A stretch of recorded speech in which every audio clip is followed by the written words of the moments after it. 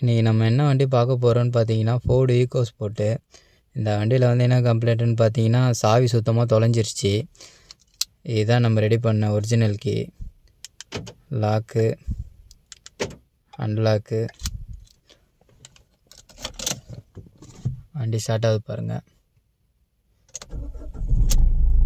வண்டி ஸ்டார்ட் ஆகிடுச்சு. கஸ்டமர் கால் பண்ணார், வந்து ஈவினிங்குள்ளே எல்லாமே ரெடி பண்ணி ரிமோட் கீயை ரெடி பண்ணியாச்சு. Lock, unlock.